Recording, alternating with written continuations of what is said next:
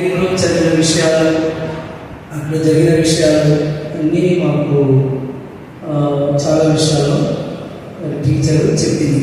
తన జీవితంలో ఎట్లా రక్షింపబడింది, ఎట్లా ప్రభు ఉండింది, ఏ విధంగా ప్రభుత్వం కలిసి సాగు. నిజమండి, మేము ఒక 1 month ముందు ఇంటికి వెళ్ళాను. నేను మా అబ్బాయి ఇంటికి వెళ్ళిన తర్వాత ఎందుకో నాకు ప్రేరేపణ వచ్చింది. టీచర్ మీరు ఒక కీర్తన చెప్పండి అని అడిగింది. 23వ కీర్తన చెప్పింది. మొదటి కీర్తన చెప్పింది. తర్వాత పాటలు పాటలు రికార్డ్ చేశాను.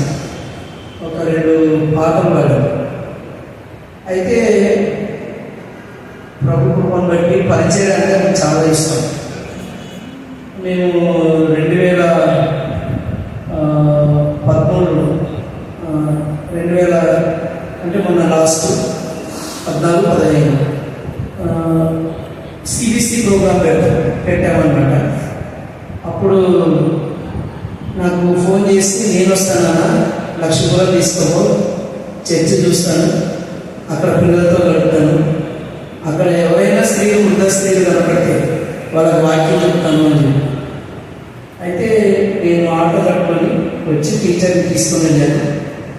నాతో పొద్దున్న నుంచి సాయంకాలం వరకు మా చర్చిలోనే అక్కడే ఉండి అందరితో కలిసి వచ్చేసి నేను చచ్చిపోతానో బతుకుతాను ఏమనగా. అయితే అని చెప్పి టీచర్ అద్భుతంగా ఆ రోజు మాతో గడిపింది. రాత్రి తెచ్చి వదిలిపెట్టాను. ఇట్లా నాకు ఆయనకు ఒక కొడుక్కి తల్లికి ఉన్న అనుబంధం ఉంది. మరి మొన్న అక్క ఫోన్ చేసింది, అన్న మీరు ఇంటికి రండి అర్జెంటుగా అంటే. వెంటనే అక్క అమ్మాయిలా ఉంది అంటే వచ్చి చూడండి అన్నా అని. చాలా బాధపడ్డారు. మా అబ్బాయి అయితే చూసి ఏం చేశాడు, అవ్వాయిగా ఉంది.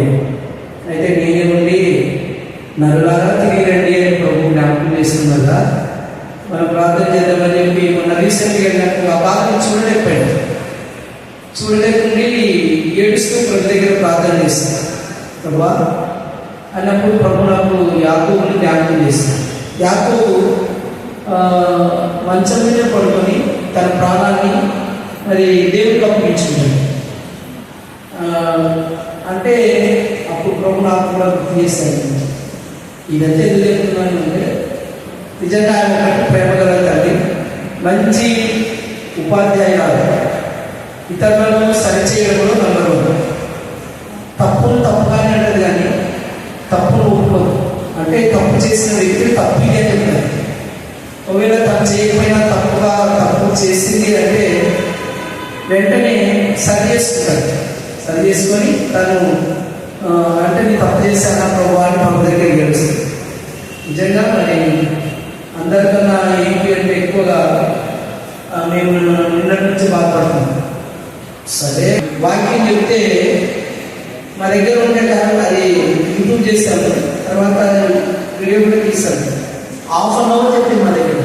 అది దొరకకపోతే మాకు ఎవరిలో తెలియదు, చూస్తున్నాం కానీ దొరకట్లేదు.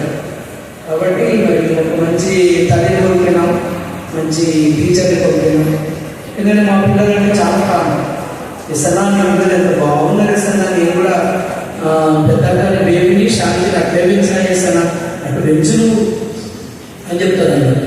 ఓకే, అది మంచి తల్లి కాబట్టి దయచేసి మరి ఆ తల్లిని దేవుని వాక్యాన్ని ఆధారం చేసుకొని ఒకరి తల్లి వాళ్ళు ఆదరించినట్టు ఎవరు నేను ఆదరించదని వాగ్దానం శాశ్వతమైన ప్రేమతో ప్రేమించే దేవుడు. మరి ఎందుకు కొనసాగాలని నేను ఇద్దరికి మాత్రం శాంతకు దేవకు ఇచ్చేది ఏంటంటే, వాక్యాన్ని ఆధారం చేసుకొని ఒకరికొకరు బ్రతుకుతూ మీరు ఒకరికొకరు బ్రతుకుతూ ముందు కొనసాగాలని నేను ప్రభు పేరు జ్ఞాపకం చేస్తూ నిరీక్షణ కలిగి మనం జీవించడం, నిరీక్షణ కలిగి ప్రభు పనిచేయడం దేవుడి మాట